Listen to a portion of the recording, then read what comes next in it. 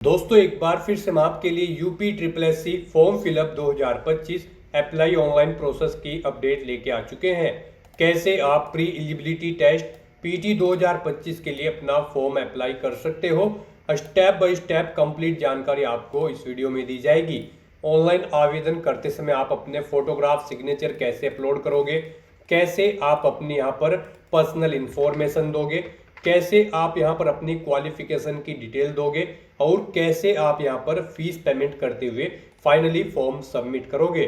जी हाँ दोस्तों, ऑनलाइन आवेदन करते समय आपको कोई भी ऐसी गलती या फिर मिस्टेक नहीं करनी होगी जिसको करने से आपके एप्लीकेशन फॉर्म रिजेक्ट हो सकते हैं। अप्लाई करते समय आपको कुछ महत्वपूर्ण बातों का भी ध्यान रखना होगा, तभी आपके आवेदन फॉर्म सक्सेसफुली सबमिट किए जाएंगे।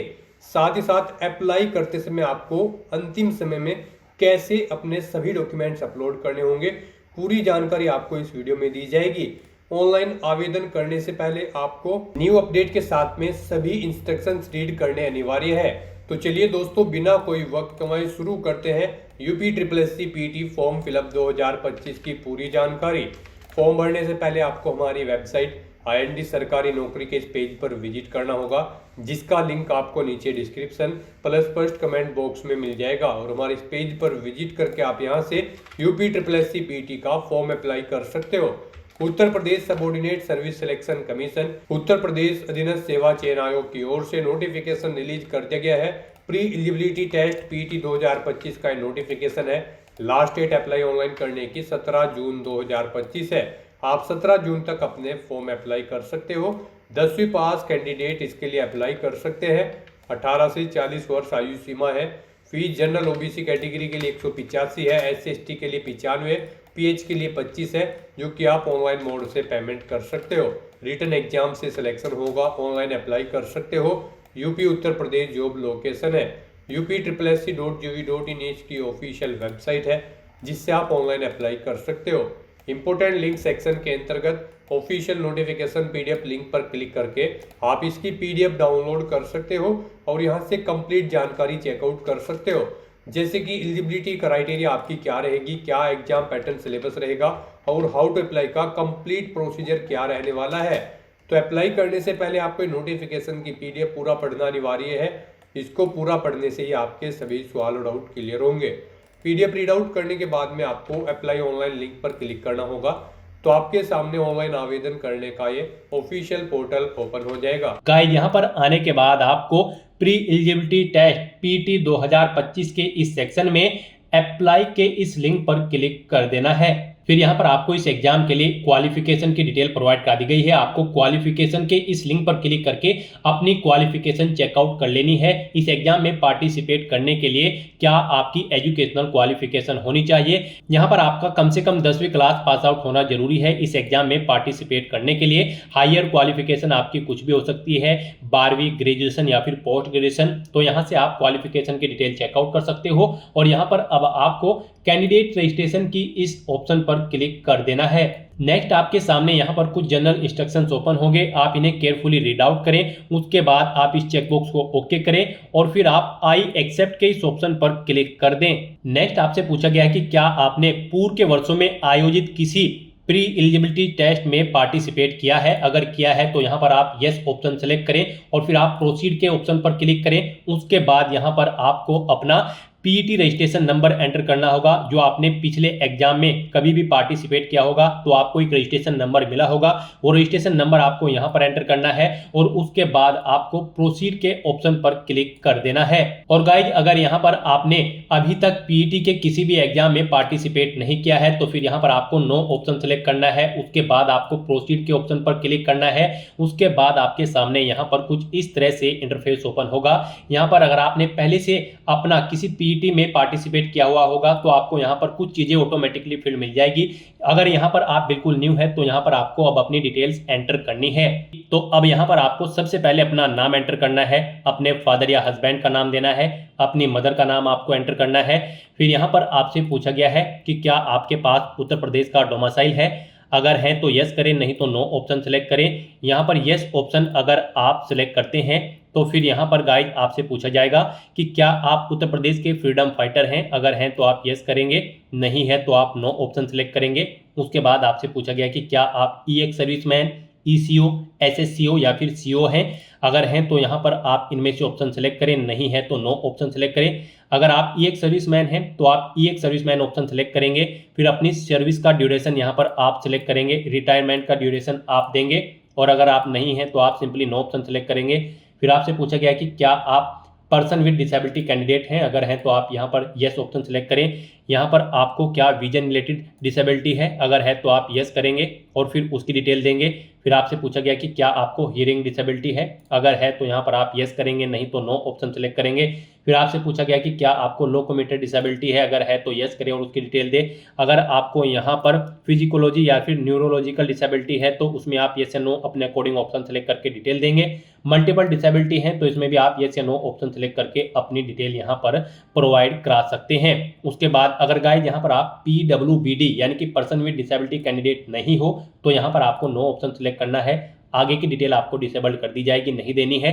फिर आपसे पूछा गया कि क्या आप उत्तर प्रदेश के स्किल्ड प्लेयर हैं, अगर हैं तो यहाँ पर आप यस ऑप्शन सेलेक्ट करें और फिर यहाँ पर आप अपनी प्लेयर की कैटेगरी सेलेक्ट करें, फिर सब कैटेगरी सेलेक्ट करें, और अगर नहीं है आप स्किल्ड प्लेयर तो आपको सिंपली नो ऑप्शन सेलेक्ट करना है। उसके बाद यहाँ पर आपको अपना होम स्टेट सेलेक्ट कर लेना है, फिर यहाँ पर आपको अपना डिस्ट्रिक्ट सेलेक्ट कर लेना है। उसके बाद आपको अपनी कैटेगरी यहाँ पर सेलेक्ट करनी है, फिर यहाँ पर आपको अपनी डेट ऑफ बर्थ सेलेक्ट करनी है, अपना जेंडर आपको सेलेक्ट करना है, अपना मोबाइल नंबर यहाँ पर आपको देना है, फिर आपको अपनी ईमेल आईडी यहाँ पर एंटर करनी है। फिर आपसे पूछा गया है कि क्या आप मैरिड हो, अगर हो तो आप यस करेंगे, नहीं हो तो आप नो ऑप्शन सेलेक्ट करेंगे। फिर यहाँ पर आपको अपनी एम्प्लॉयमेंट डिटेल देनी है। यहाँ पर अगर आप उत्तर प्रदेश के एम्प्लॉय हैं तो वो ऑप्शन सेलेक्ट करें, एक्स एम्प्लॉय हैं उत्तर प्रदेश के तो वो ऑप्शन सेलेक्ट करें, नहीं है आप एम्प्लॉय तो आपको नॉट एन एम्प्लॉय का ऑप्शन सेलेक्ट कर लेना है। उसके बाद यहाँ पर आप अगर एज में रिडक्शन चाहते हैं तो यस ऑप्शन सेलेक्ट करें और फिर यहाँ पर आप अपना एज रिलेक्शन ग्राउंड सेलेक्ट करें। आप गवर्नमेंट के अंडर आते हैं या फिर कोर्ट ऑर्डर या फिर सेवा नियमावली या फिर किसी अन्य रीजन से आप एज में रिलेक्शन चाहते हैं तो उसे यहाँ पर आपको स्पेसिफाई करना होगा, और अगर नहीं चाहते हैं आप एज में रिलेक्शन तो यहाँ पर आपको नो ऑप्शन सेलेक्ट कर लेना है। उसके बाद यहाँ पर आपको अपनी बेसिक एकेडमिक डिटेल्स प्रोवाइड करनी है।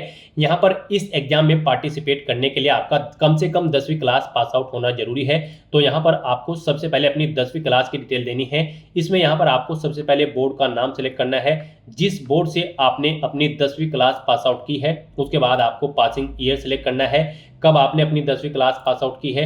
अपना हाई स्कूल का रोल नंबर आपको देना है।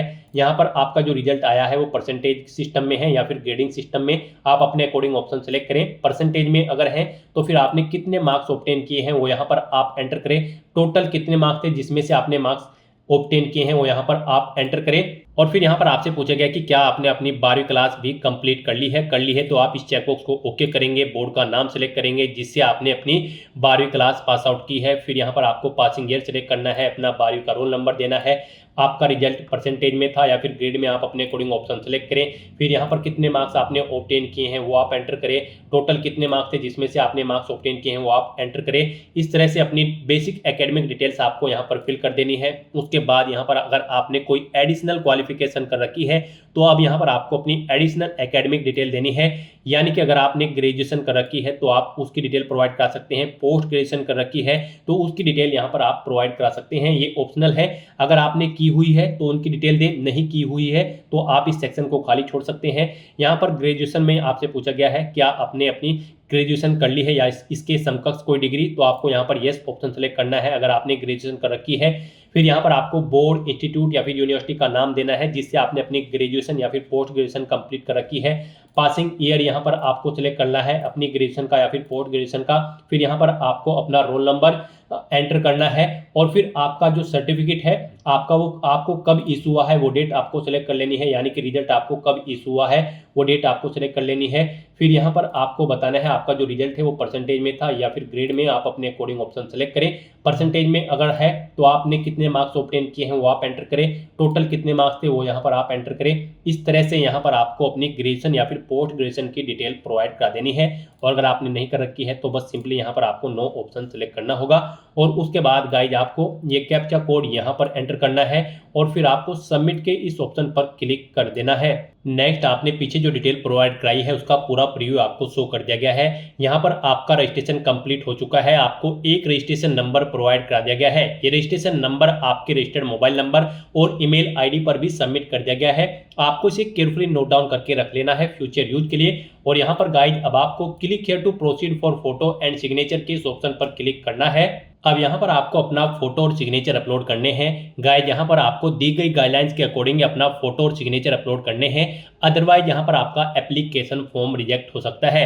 यहाँ पर आपका जो फोटो होगा उसकी विड्थ 3.5 सेंटीमीटर, हाइट 4.5 सेंटीमीटर होनी चाहिए और जो आपके सिग्नेचर होंगे यहाँ पर उसकी विड्थ 3.5 सेंटीमीटर और हाइट उसकी 1.5 सेंटीमीटर होनी चाहिए। यहाँ पर आपका जो फोटो होगा वो 50 KB से 100 KB के बीच में होना चाहिए और जो आपके सिग्नेचर होंगे वो 30 KB से 50 KB के बीच में होने चाहिए और यहाँ पर ये JPG या फिर JPEG फॉर्मेट में होने चाहिए।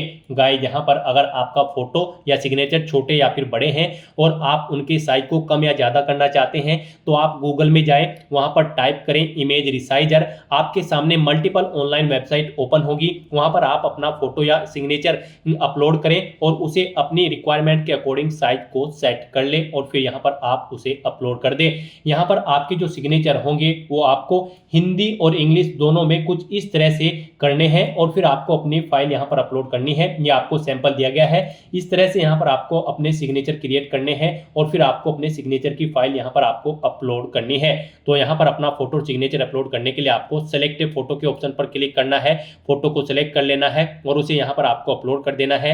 ऐसे ही यहाँ पर आपको सेलेक्ट सिग्नेचर के ऑप्शन पर क्लिक करना है और अपने सिग्नेचर की फाइल को सिलेक्ट करके उसे भी यहाँ पर आपको अपलोड कर देना है। तो इस तरह से यहाँ पर आपको अपना फोटो और सिग्नेचर अपलोड करने के बाद फिर कंटिन्यू के इस ऑप्शन पर क्लिक कर देना है। फिर आपको फाइल रिमेनिंग डिटेल्स में इस चेकबॉक्स को ओके करना है। फिर आपने पीछे जो डिटेल प्रोवाइड कराई है उसका प्रीव्यू आपको शो होगा। आपको इस पेज को नीचे स्क्रॉल डाउन करना है और यहाँ पर आपको अब प्रोफेशनल क्वालिफिकेशन में आना है और यहाँ पर आने के बाद आपसे पूछा गया है कि क्या आपने यहाँ पर टेरिटोरियल आर्मी में 2 साल तक सर्व किया है। अगर किया है तो आप यस ऑप्शन सेलेक्ट करें, नहीं किया है तो आप नो ऑप्शन सेलेक्ट कर लेंगे। उसके बाद आपसे पूछा गया है कि क्या आपके पास यहाँ पर एनसीसी का बी सर्टिफिकेट है। अगर है तो आप यस करेंगे और नहीं है तो यहाँ पर आप नो ऑप्शन सेलेक्ट कर लेंगे। उसके बाद यहाँ पर आपको अपने एड्रेस की डिटेल देनी है। यहाँ पर अगर आपको सबसे पहले अपना परमानेंट एड्रेस देना है, इसमें आपको अपना नाम देना है, अपना हाउस नंबर देना है, अपना स्ट्रीट नंबर देना है, अपनी लोकेलिटी यहाँ पर देनी है, स्टेट का नाम आपको ऑटोमेटिकली सिलेक्ट मिल जाएगा। फिर आपको अपना डिस्ट्रिक्ट यहाँ पर सिलेक्ट कर लेना है, पिन कोड देना है और उसके बाद यहाँ पर आपको अपना कोरोस्पोंडेंस मेलिंग एड्रेस देना है। और अगर आपका कोरोस्पोंडेंस एड्रेस आपके परमानेंट एड्रेस के अकॉर्डिंग सेम है तो यहाँ पर आप इस चेकबॉक्स को ओके करेंगे, ऑटोमेटिकली आपका कोरोस्पोंडेंस एड्रेस आपके परमानेंट एड्रेस के अकॉर्डिंग फिल हो जाएगा। उसके बाद आपको इस पेज को नीचे स्क्रॉल डाउन करना है और फिर यहाँ पर आपको डिक्लेरेशन सेगमेंट में आकर यहाँ पर आपको यस ऑप्शन सेलेक्ट करना है कि आप एक्सेप्ट करते हैं ऊपर के सभी डिक्लेरेशन जो टर्म्स एंड कंडीशन है। तो यहाँ पर आपको यस ऑप्शन सेलेक्ट करना है। उसके बाद आपको यहाँ पर प्रीव्यू के इस ऑप्शन पर क्लिक करके अपने एप्लीकेशन फॉर्म का प्रीव्यू चेकआउट कर लेना है। फिर यहाँ पर आपको आपके एप्लीकेशन फॉर्म का पूरा प्रीव्यू शो कर दिया गया है। आपको सभी डिटेल्स केयरफुली चेकआउट करनी है। कहीं पर कोई मिस्टेक है तो आप बैक बटन पर क्लिक करके एडिट कर सकते हो और अगर सभी चीज़ें ओके हैं तो यहाँ पर बस अब आपको ये कैप्चा कोड इस बॉक्स में एंटर करना है और उसके बाद आपको सबमिट के इस ऑप्शन पर क्लिक कर देना है। नेक्स्ट यहाँ पर आपको अपनी एप्लीकेशन फीस का अमाउंट जमा कराना है। गाइस यहाँ पर आपको आपकी कैटेगरी के अकॉर्डिंग एप्लीकेशन फीस का अमाउंट शो कर दिया जाएगा। यहाँ पर जनरल ओबीसी कैटेगरी के लिए 185 रुपये फीस है, SC ST कैटेगरी के लिए 95 रुपये और PH दिव्यांग कैंडिडेट के लिए मात्र 25 रुपये एप्लीकेशन फीस है, जो कि आप ऑनलाइन मोड में debit card, credit card, net banking या फिर UPI के माध्यम से जमा करा सकते हो। तो यहाँ पर अब आपको बस अपना फीस पेमेंट करना है। उसके लिए यहाँ पर आपको क्लिक हियर टू पे द रिक्वायर्ड फीस के इस ऑप्शन पर क्लिक करना है। नेक्स्ट आपके सामने फीस पेमेंट का गेटवे ओपन हो जाएगा। यहाँ पर आकर आपको स्टेट बैंक ऑफ इंडिया के इस ऑप्शन पर क्लिक करना है, इसे आपको सेलेक्ट कर लेना है और फिर आपको इस चेकबॉक्स को ओके करना है और उसके बाद गाइज आपको यहाँ पर प्रोसीड फॉर फीस डिपोजिशन के इस ऑप्शन पर क्लिक कर देना है। फिर आपको आपकी फीस पेमेंट की डिटेल शो कर दी गई है। अब आपको इसे कंफर्म करने के लिए प्रोसीड के इस ऑप्शन पर क्लिक करना है। नेक्स्ट यहाँ पर आपको फीस पेमेंट के इंटरफेस पर रिडायरेक्ट कर दिया गया है। यहाँ पर गाइज आप debit card, credit card, net banking या फिर UPI या फिर फिर NEFT के माध्यम से अपना फीस पेमेंट कर सकते हो। UPI यहाँ पर आपके लिए बेस्ट ऑप्शन रहेगा। यहाँ पर आप अपनी UPI ID के थ्रू फीस पेमेंट कर सकते हो। अगर आप UPI ID जानते हैं तो एंटर UPI ID के इस ऑप्शन पर क्लिक करें, अपनी UPI ID यहाँ पर एंटर करके वैलिडेट UPI ID के ऑप्शन पर क्लिक करते हुए अपना फीस पेमेंट कर दें, या फिर आप QR कोड के थ्रू भी अपना फीस पेमेंट कर सकते हो। आप UPI QR के इस ऑप्शन पर क्लिक करें, उसके बाद आप यहाँ पर पे नाउ के इस ऑप्शन पर क्लिक करें, फिर यहाँ पर आपके सामने ये QR कोड शो कर दिया जाएगा। आप इसे अपने UPI से स्कैन करें और अपना फीस पेमेंट कर दें। सक्सेसफुली फीस पेमेंट करने के बाद आपके सामने कुछ इस तरह से इंटरफेस ओपन होगा। यहाँ पर आपका फीस पेमेंट हो चुका है और आपके एप्लीकेशन फॉर्म को भी सबमिट किया जा चुका है। अब यहाँ पर आपको अपने एप्लीकेशन फॉर्म का एक प्रिंट आउट ले लेना है। उसके लिए आपको proceed to download and print the application form के इस ऑप्शन पर क्लिक करना है। नेक्स्ट आपके सामने कुछ इस तरह से इंटरफेस ओपन होगा। अब यहाँ पर गाइड आपको प्रिंटर के इस ऑप्शन पर क्लिक करके अपने एप्लीकेशन फॉर्म का एक हार्ड कॉपी प्रिंट आउट ले लेना है, फ्यूचर यूज के लिए, फ्यूचर रेफरेंस के लिए। तो यहाँ पर अब आपके एप्लीकेशन फॉर्म की सभी टास्क कंप्लीट हो चुके हैं।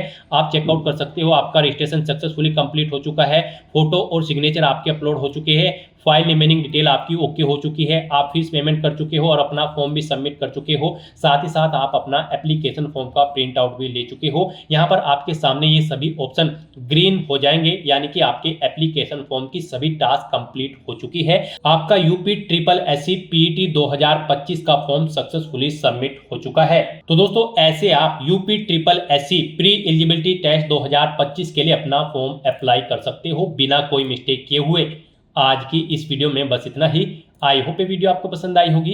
अगर पसंद आई हो तो इसे लाइक और शेयर करें। चैनल पर नए हो तो इसे सब्सक्राइब कर लें। Thanks for watching.